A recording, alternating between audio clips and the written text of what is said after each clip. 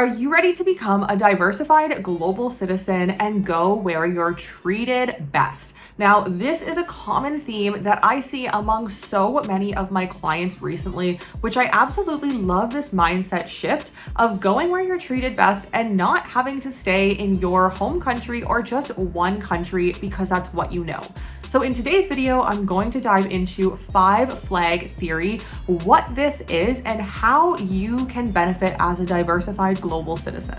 I currently have the top ranking Google article for 5 flag theory, so if you're interested in learning about it, the link is below, or just Google 5 flag theory and you will see my article there on Medium. Let's dive in. So the 5 flag theory ensures that you are fully diversified. Yourself and your assets are planted, and these flags are planted in different countries around the globe so that no one country or government lays claims to absolutely everything that you have. Now, these 5 flag theories have expanded into easily 10 flags over the years. However, the concept initially started decades ago with 3 flags and since have expanded to 5 core flags. These current flags are your citizenship, your personal and your tax residence, your business, your banking, and of course your playground, where you spend the most time. So let's dive into the first flag, which is citizenship. So citizenship quite simply refers to where you are a citizen. Now, many people don't know the difference between a passport and citizenship, and these two things do differ. However, you're going to want to hold citizenships, if at all possible, in various different countries. Some of these countries may be from the West, some from the East, some from South America, some from Asia, and having diversified citizenships from all parts of the globe is the best option if you are truly looking to diversify. Because as we all know, a lot of policy from America will then be brought into Canada and sometimes even into Western Europe. So if you have your citizenships in these countries, well, that is a great diversification option. Countries usually follow suit with others, and this is not always for the citizens' benefit. Next flag is residency. So we're going to be talking about both tax and personal residency. Sometimes you will see these two split. However, in this instance of the 5 flag theory, I'm going to be talking about them together. However, tax residency and your personal residency are 2 different things, and you want to ensure that you have them established in different countries if possible. Residency simply refers to where you live and where you spend your time. Therefore, where you are a resident of and where the government is likely to be able to have claims on your money. Now, there are various different ways to structure yourself so that you have low or no tax when it comes to residencies, and territorial tax systems are a great option for this. Next, we have tax residencies. So tax residencies are where you are paying your tax.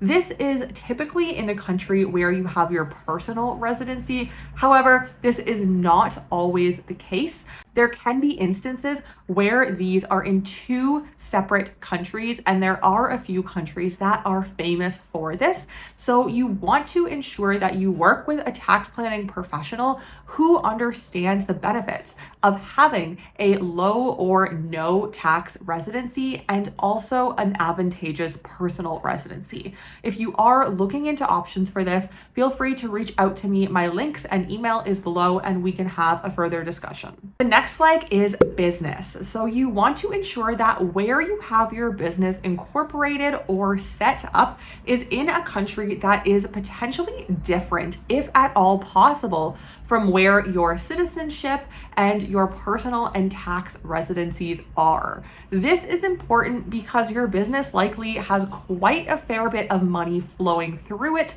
and you want to ensure that the government where you have your business set up will be advantageous for you towards taxes and is a government that you can rely on for business services. Now, banking is an important part of business, so you also want to make sure that while you're setting up your business in a low tax jurisdiction, that they also have easy banking that is available to you and also to your clients, especially if you are invoicing clients. You don't want them to have to jump through hoops in order to pay you. This easily brings us onto the fourth flag, which is banking. So we talked about business banking. However, you want to have personal banks as well set up in as many countries as possible around the globe. Now, countries are increasingly making it much more of a nightmare to open bank accounts. If you are not a resident in a lot of countries, it will be very difficult for you to open a bank account.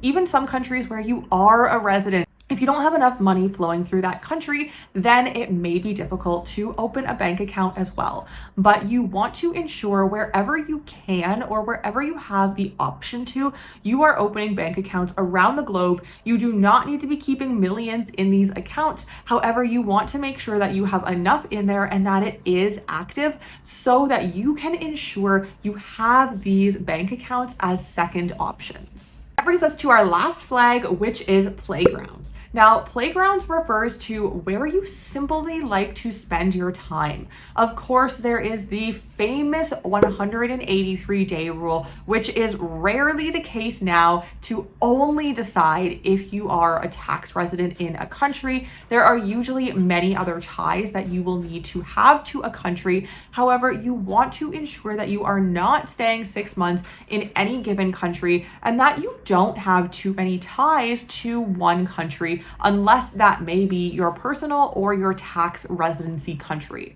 As I mentioned, there are so many more flags these days, especially when it comes to digital assets and how to protect yourself best online and where to diversify the programs and systems that you use online. An overview of the 5 flags and what they mean and how you can start to think about the best way to optimize your lifestyle for a true global citizen diversified lifestyle. If you have any specific questions about the 5 flag theory or any of these 5 flags, drop them below. I would love to see which areas you are most interested in. Don't forget to hit subscribe. I create content surrounding global citizen optimization and diversification every single week, and I will see you in the next video.